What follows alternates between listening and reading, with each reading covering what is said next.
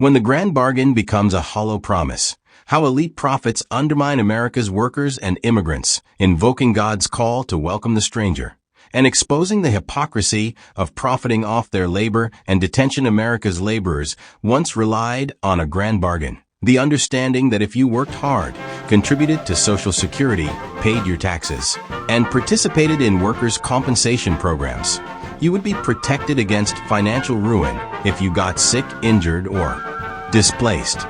Yet many aging and injured workers now find themselves mired in endless benefits denials by insurers and doctors who enjoy near immunity at the state level. Meanwhile, the elite, some of whom are immigrants themselves, such as Elon Musk or Melania Trump, Slovenian American, dismiss other immigrants and struggling Americans as takers, all while they personally profit from systems that deny the very safety nets workers have paid into. Below is a deeper look at how this rigged system contributes to homelessness, criminalizes poverty, weaponizes immigration detention, and violates both ethical standards and the religious directive to show hospitality to the foreigner. 1. The grand bargain in theory versus reality. What it was supposed to be: insurance for workers, workers' compensation, Social Security, disability insurance, and the VA system were all designed to shield laborers from catastrophic financial hardship. Both employers and workers funded these programs. Mutual responsibility, payroll deductions for SSDI, and employer contributions for workers' comp weren't handouts. They were the workers' own contributions, ensuring that if you were hurt or disabled, the insurance you already funded would step in. What it has become: denials, delays, and loopholes. Legitimate claims are stalled by excessive documentation requests or dismissed by doctors who enjoy legal protections under certain state laws. Prolonged appeals. Workers can spend months or years fighting a denial, often losing their homes, savings, or worse, before they see a dime of the benefits they paid for. 2.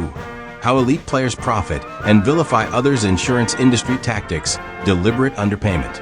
Just as an insurer might lowball a homeowner's fire claim, they also undercut valid workplace injury claims. Except here, a human livelihood is at stake. Physician immunity. In many states, independent medical examiners face minimal consequences if they produce biased reports, allowing insurers to escape rightful payouts.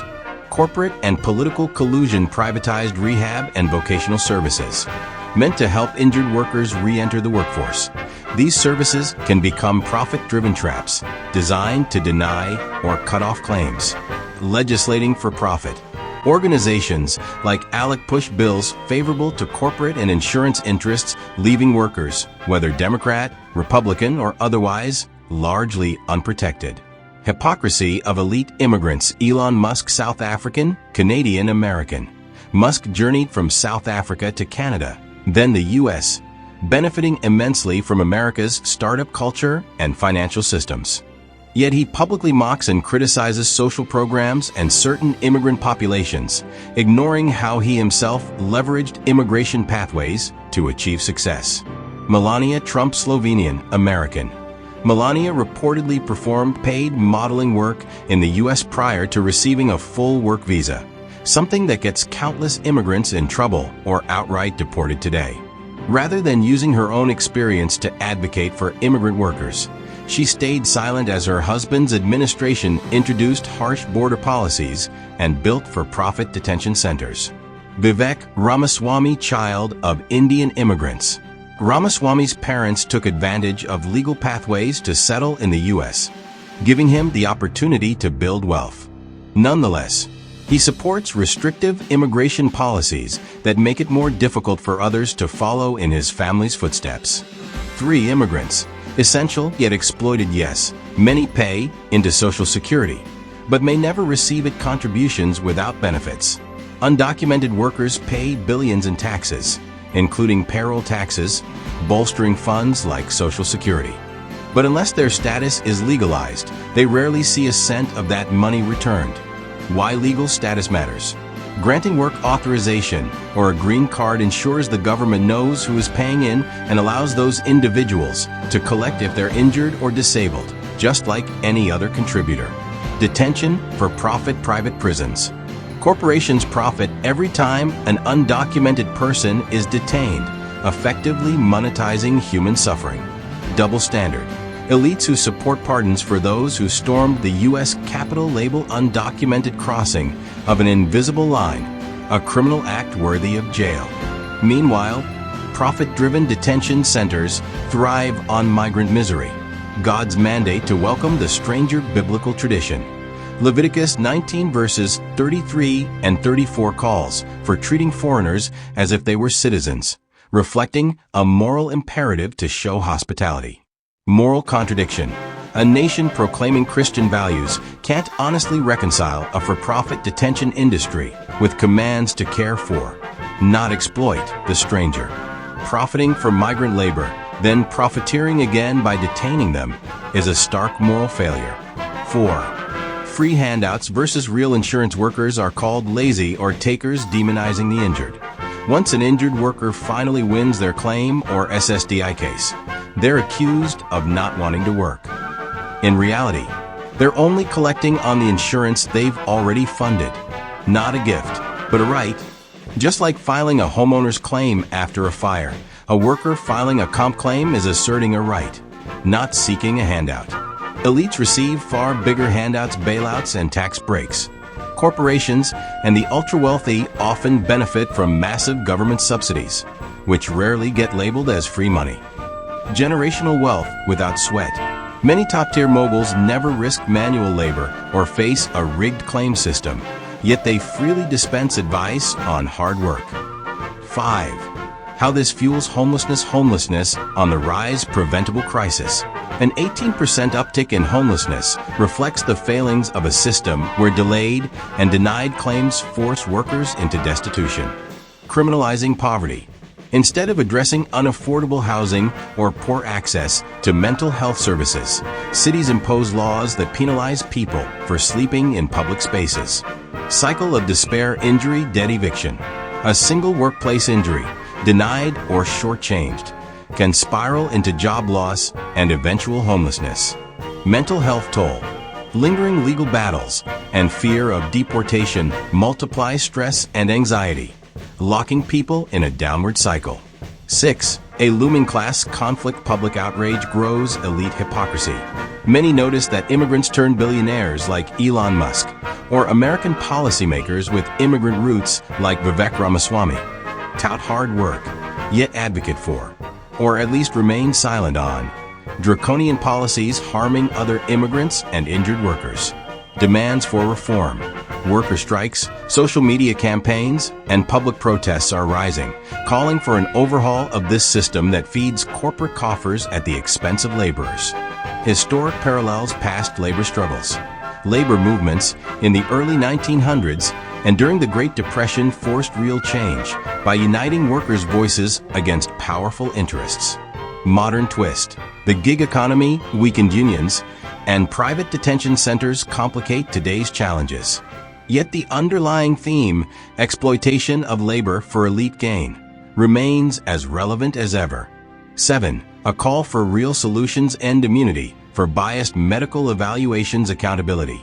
If a doctor's independent opinion is proven biased or false, there must be genuine legal and professional consequences. Streamline and protect benefits. Interim assistance. Provide short-term support to workers awaiting appeal so they don't face immediate eviction or hunger. Transparent vocational rehab. Ensure these programs actually help people return to work instead of simply denying claims. Immigration overhaul. Grant legal status. Documented immigrants can legitimately pay into and receive benefits such as Social Security, strengthening these programs. Eliminate for-profit detention. Profiting from caging people undermines moral and religious commitments to treat all human beings with dignity. Support the American Families United Act litmus test for elites. If people like Elon Musk, Donald Trump, or Vivek Ramaswamy truly cared about American families, they would endorse legislation like the American Families United Act, which keeps U.S. citizens, spouses, and families together. Exposing bigotry. Opposition to such measures hurts American citizens themselves, revealing either ignorance or outright racism. especially if one claims a Christian moral stance while ignoring the biblical call to welcome the stranger. Reinvest in public welfare, affordable housing. Divert funds from punitive strategies to constructing or subsidizing low-cost homes. Mental health services. Expand coverage and resources for those traumatized by financial collapse, legal limbo, or the threat of deportation. Conclusion: today's crisis, where aging, injured workers and immigrant laborers are denied the benefits they've helped fund, is far from an accident.